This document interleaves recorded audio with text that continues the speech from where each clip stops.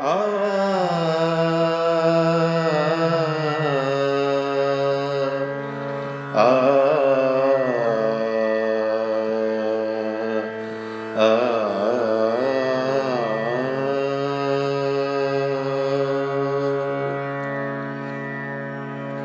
श्याम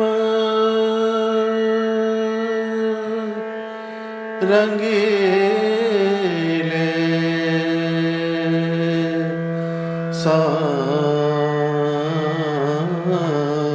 सांवरे श्याम रंगीले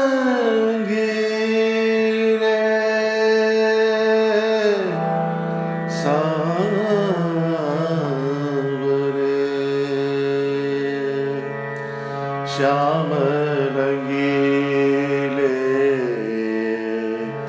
सांवरे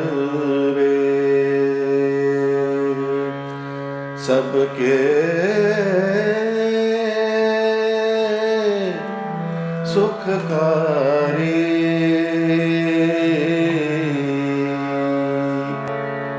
अपनो विरुद्ध विचार के करो महर मुरारी श्याम रंगीले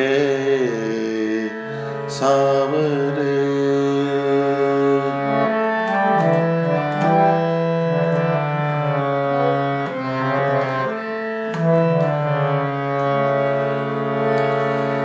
अर्जी दास गरीब की साइया सुनी लीजे भजन विरोधी दुष्ट के भजन विरोधी दुष्ट के मद गंजन कीजे श्याम रंगीले सांवरे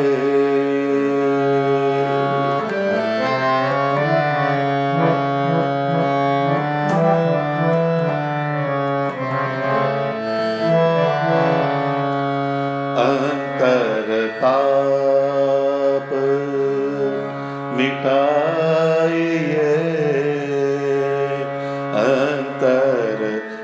अंतरताप मिटाइए कीजे सुख साता करुणा सागर कृष्ण हो करुणा सागर कृष्ण हो शरणागत त्राता जय विधिनाथ राज तुम जय विधिनाथ राज तुम तेहि विध हमरा जी हार जीत वृद्धिहान की हार जीत वृद्धिहान की तुम्हारे हथबाजी श्याम रंगीले सांवरे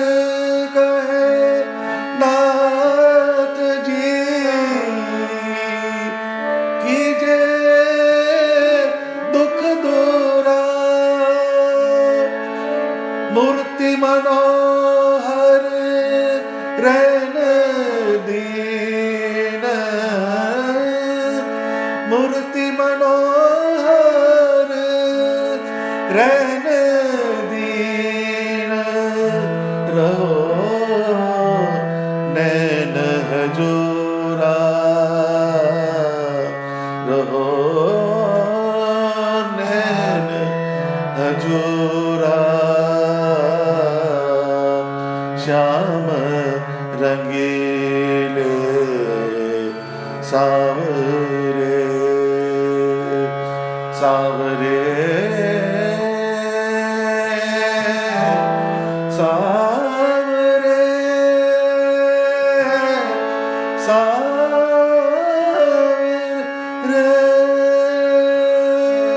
सावरे सावरे श्याम रंगीले सावरे।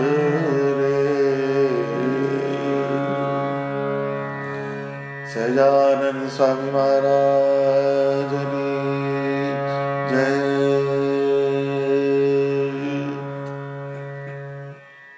ભક્ત હૃદયના અંદરના તંતુને હલાવનારું આ પદ છે. બ્રહ્માનંદ સ્વામી એક બહુ જ ઊંચી ભાવ દશામાં પોતાની અભિવ્યક્તિ સ્વામિનારાયણ ભગવાન સમક્ષ ઠાલવે છે.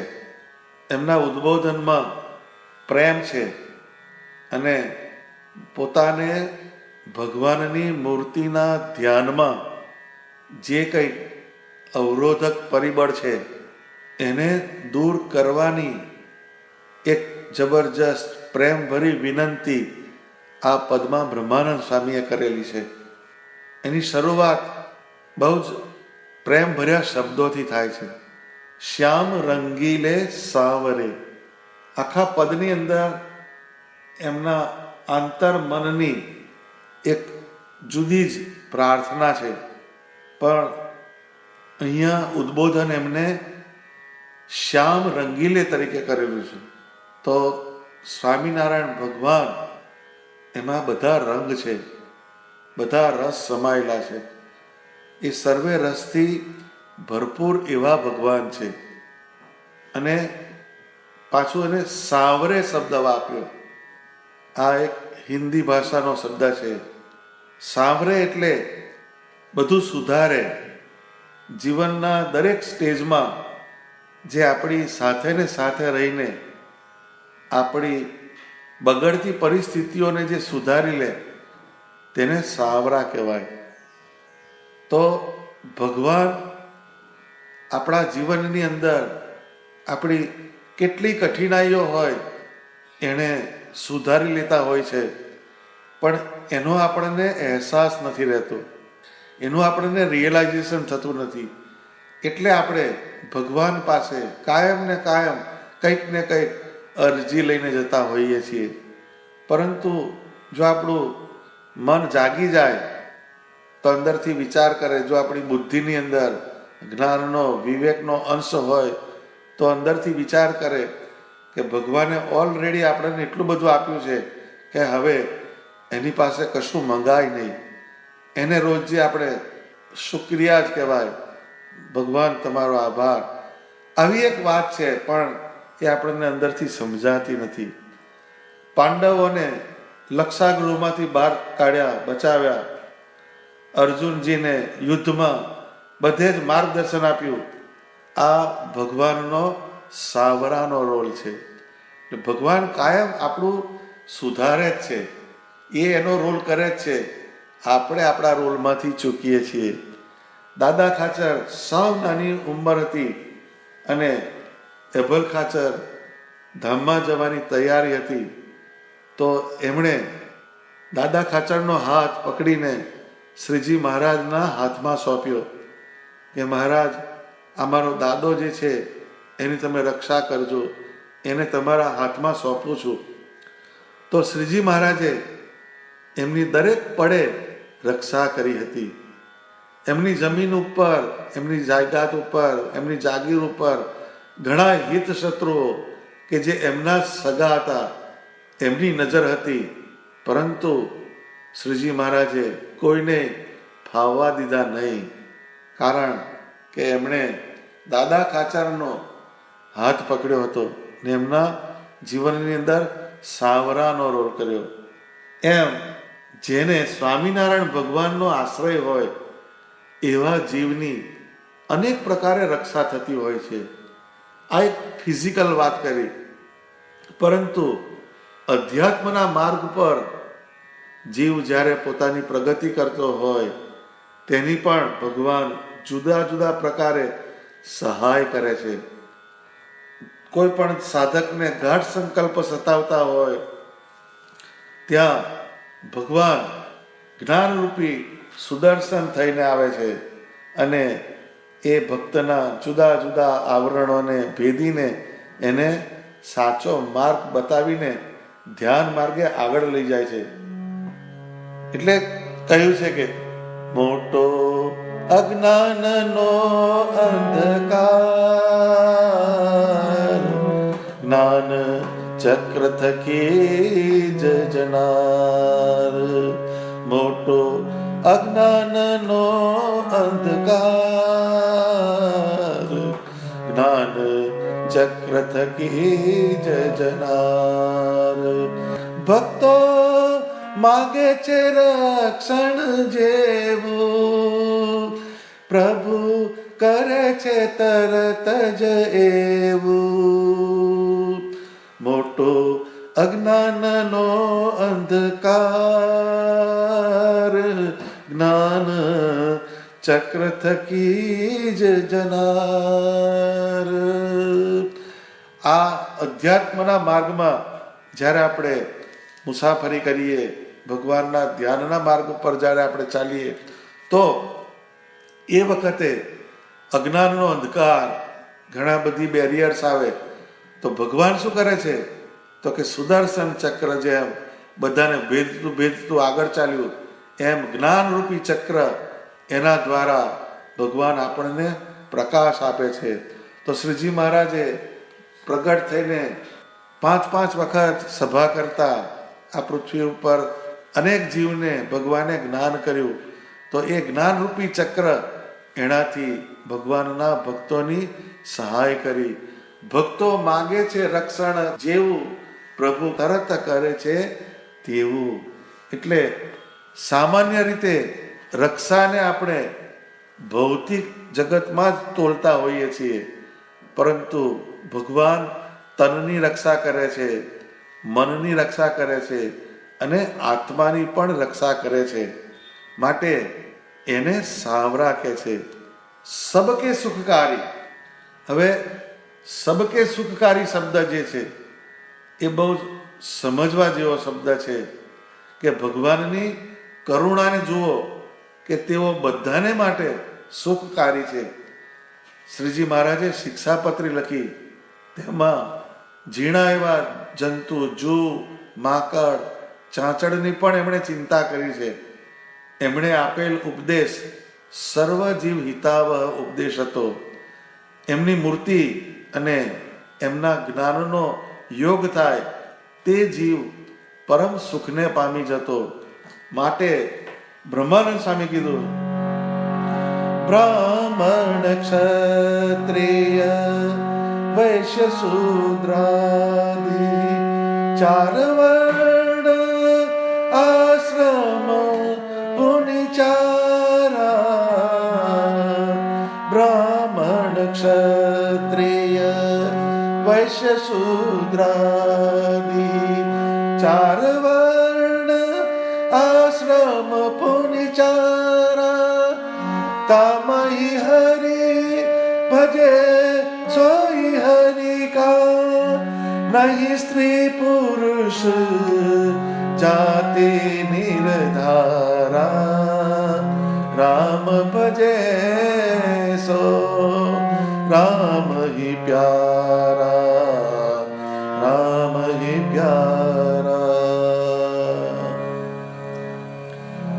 શું કહે છે સ્વામી કે બ્રાહ્મણ ક્ષત્રિય વૈશ્ય શૂદ્રાદિ 4 વર્ણ આશ્રમ પુનિચારા. તામહી હરિ ભજે સોઈ હરિ કા. નહીં સ્ત્રી પુરુષ જાતિ નિર્ધારા. એમ કે બ્રાહ્મણ છે, ક્ષત્રિય છે, વૈશ્ય છે, શૂદ્ર છે, આ 4 વર્ણ છે અને 4 આશ્રમ છે, ગૃહસ્થ આશ્રમ છે, ત્યાગાશ્રમ છે, આ બધા 4 પ્રકારના આશ્રમ છે.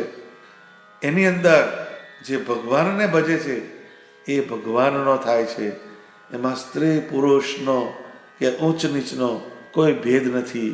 રામ ભજે સો રામ હિ પ્યારા. તો જેણે જેણે ભગવાનની મૂર્તિનો યોગ થયો એ જીવ પરમ પદને પામી ગયા, પરમ સુખને પામી ગયા. ગોપાળાનંદ સ્વામી જેવા બ્રાહ્મણ શ્રેષ્ઠ હતા અને આ સંપ્રદાયની અંદર સગરામ વાઘરી જેવા પણ શુદ્ર જ્ઞાતિ ગણાતી એ વખતે એવા ભક્તોને પણ શ્રીજી મહારાજે ઉર્ધ્વગામી બનાવ્યા હતા. સબકે સુખકારી. તો સ્વામિનારાયણ ભગવાનનું જે જ્ઞાન છે, એમની જે મૂર્તિ છે, એનો જેને યોગ થાય એ બધાને સુખ થાય એવું ભગવાનનું કલ્યાણકારી મંગળ સ્વરૂપ છે. પતિત જીવનું પણ કલ્યાણ કરવું એ સ્વામિનારાયણ ભગવાનનું બિરુદ હતું. માટે સ્વામી કહે છે કે અપનો બિરુદ વિચાર કે કરો મહેર મોરારી. એ સ્વામિનારાયણ ભગવાનને એમ કહે છે કે એ મહારાજ, તમારું એક બિરુદ છે કે તમે અધમ ઉદાહરણ છો, અધમ જીવ ઉપર પણ તમે કૃપા કરો છો. તો એ તમારા બિરુદ સામે તમે દ્રષ્ટિ કરો અને મારા ઉપર મહેર કરો. એ મહેરની દ્રષ્ટિ કરીને અને તમે સૌને તમારી મૂર્તિનું સુખ આપ્યું હતું. એવી રીતના હું પણ તમારો આશ્રિત છું, હું તમારો દાસ છું, હું તમારો ચરણ સેવક છું. મારા ઉપર મહેરની દ્રષ્ટિ કરો. હવે 64 કળાઓમાં પારંગત, અનેક રજવાડાઓમાં અનેક પ્રકારે સન્માન પામનાર, શતાવધાની, પિંગળ શાસ્ત્રમાં પારંગત એવા બ્રહ્માનંદ સ્વામી હતા. છતાં પણ પોતાને અરજી દાસ ગરીબ કી, એક દાસ ગરીબ એવા શબ્દોથી સંબોધન કરીને ભગવાનને અરજી કરે છે. અરજી દાસ ગરીબ કી સાઈયા સુની લીજે. ભગવાનને આ એક પ્રાર્થના કરે છે. આર્ત ભાવે ભગવાનને પ્રાર્થના કરી છે. તો પ્રાર્થના એ જ્યારે આવી રીતે આર્ત ભાવે થાય, દાસ ભાવે થાય, તો જ આપણામાં કંઈક મેળવવાની ક્ષમતા આવે છે, પાત્રતા આવે છે. પરંતુ આપણે કાયમ આપણા જે ગુણ હોય, આપણામાં ભક્તિ હોય, જ્ઞાન હોય, તપ હોય, વૈરાગ્ય હોય, ઉપાસનાનું બળ હોય, આ બધા ગુણનું માન લઈને સત્સંગમાં ફરીએ તો કોઈ દિવસ આપણને અંદરથી શાંતિ પમાડે એવું ક્યારેય થશે નહીં. માટે ભગવાનને જ્યારે પ્રાર્થના કરીએ તો આર્ત ભાવે, એટલે અંદરથી એક જે આર્ત એટલે જેમ આપણા અંદરમાં જે સારી ફિલિંગ હોય ભગવાન પ્રત્યે, ઊંડી લાગણીઓ, એને બહાર અભિવ્યક્ત કરવાની. અને દાસત્વ એ આપણા સંપ્રદાયનો મુખ્ય સિદ્ધાંત છે. સ્વામી સેવક ભાવ. ભગવાન અનંત કોટી બ્રહ્માંડના પતિ છે, સમગ્ર સત્સંગના ધણી છે અને આપણે એમના દાસ છીએ. આવી એક ભાવનાથી જ્યારે આપણે ભગવાન પાસે જઈએ તો જ એ પ્રાર્થના ભગવાનને પહોંચે છે અને આપણા ઉપર જે કરુણા થાય, જેમની કૃપા વરસે, એના આપણે પાત્ર બનીએ છીએ. તો આપણે પ્રાર્થના તો કરતા જ હોઈએ છીએ, પણ આપણી પ્રાર્થનાના મુદ્દામાં કોઈ મટીરિયલ ગેઇન અવશ્ય હોય છે. એમાં પૃથ્વી તત્વ એનો જરૂર સમાવેશ હોય છે. કાં તો કોઈ પદાર્થની પ્રાપ્તિ માટે ભગવાનને પ્રાર્થના થતી હોય છે, અથવા તો કોઈ પદાર્થ આપણા જીવનમાંથી જતો રહે. એ પદાર્થ ગમે તે ફોર્મમાં હોય, ધન હોય, સંપત્તિ હોય, જમીન જાગીર હોય કે પોતાના સગા સંબંધી હોય, આ જુદા જુદા એલિમેન્ટ્સ છે. એ જ્યારે એમ કે જીવનમાંથી જતા રહે ત્યારે આપણે ભગવાનને પ્રાર્થના કરીએ છીએ. આ સિવાય ભગવાન પાસે પ્રાર્થનાનો હેતુ આપણા જીવનમાં નથી હોતો. તો પ્રાર્થના કેવી રીતે કરવી અને શેના માટે કરવી એનું સચોટ જ્ઞાન બ્રહ્માનંદ સ્વામી આ પદની અંદર આપે છે.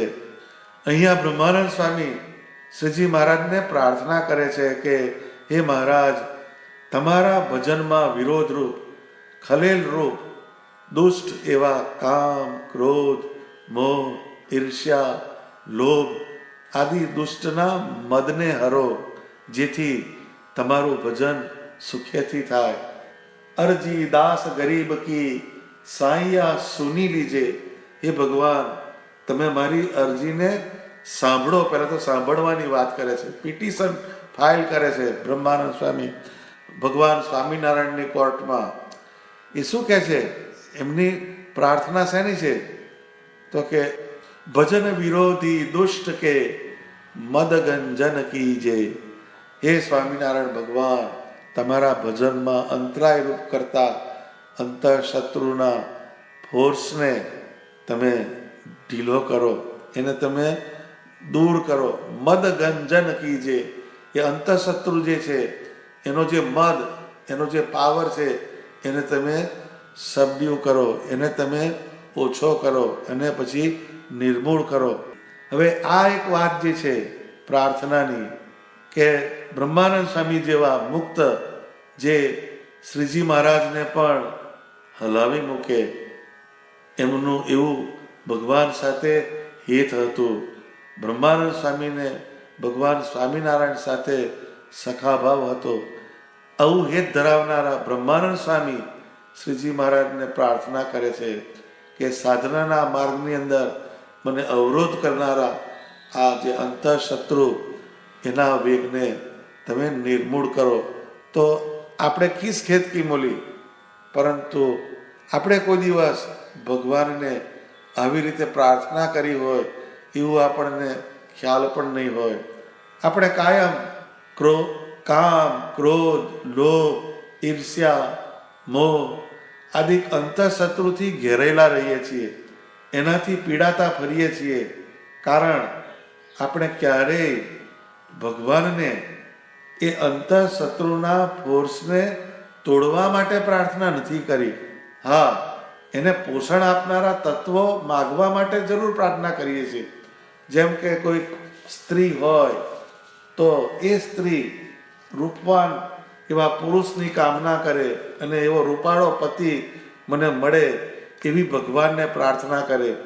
અને કોઈ પુરુષ હોય તે જનમંગલના પાઠ કરી કરીને મને સારી રૂપવાન સ્ત્રી મળે, મને એની પ્રાપ્તિ થાય, આવી પ્રાર્થના કરે. જે તમારી અંદર કામને પોષણ આપનારી, કામને વેગ આપનારી પ્રાર્થના છે. તો વળી કોઈ ધન પ્રાપ્તિ માટે પ્રાર્થના કરે, જે લોભને પોષનારી પ્રાર્થના છે. વળી કોઈ રાજકારણમાં સફળતાની પ્રાર્થના કરે, એ અહંકાર, ઈર્ષ્યાને પોષનારી પ્રાર્થના છે. તો આ બધી જે પ્રાર્થના આપણે કરીએ છીએ એને આપણે જો વિચાર કરીએ તો આપણને એમાં પ્રાર્થનામાં વિવેક નથી રહેતો અને એ પ્રાર્થના આપણા માટે ખુવારી લાવનાર બને છે. એટલે પ્રાર્થના શેની કરવી એ પણ એક સમજવાની બાબત છે.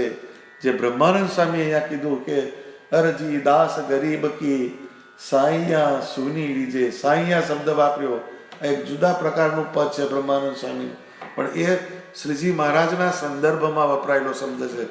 સાઈ એ જુદા જુદા સંપ્રદાયની અંદર ભગવાનને જુદી જુદી રીતે પ્રાર્થના કરવામાં આવે છે. એ ભજન વિરોધી જે એલિમેન્ટ્સ છે એને તમે દૂર કરો, એની એક પ્રાર્થના કરી.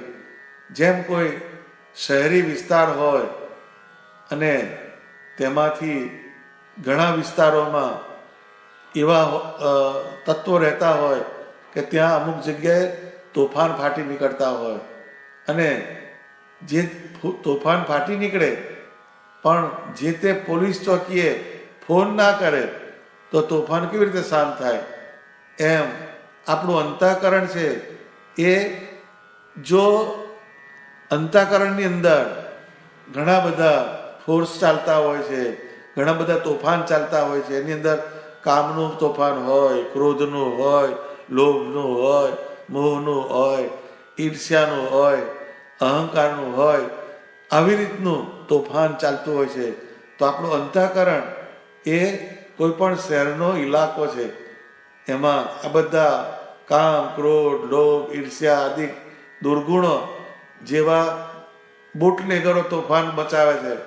પરંતુ એની પોલીસ ચોકી તો ભક્ત ચિંતામણી છે, વચનામૃત છે, ભગવાન સ્વામિનારાયણની મૂર્તિ છે, સ્વામિનારાયણ મંત્ર છે, એનો આશ્રય કરીએ. ત્યાં આગળ આપણે ઇન્ફોર્મેશન મોકલીએ કે હે મહારાજ મને અત્યારે કામ પજવે છે, હે મહારાજ મને અત્યારે ક્રોધ પજવે છે. કોઈ વચનામૃતને વાંચીએ તો ક્રોધ પજવે છે, તો કે લોયાનું પહેલું વચનામૃત વાંચો તો ક્રોધનું તમને સોલ્યુશન મળે.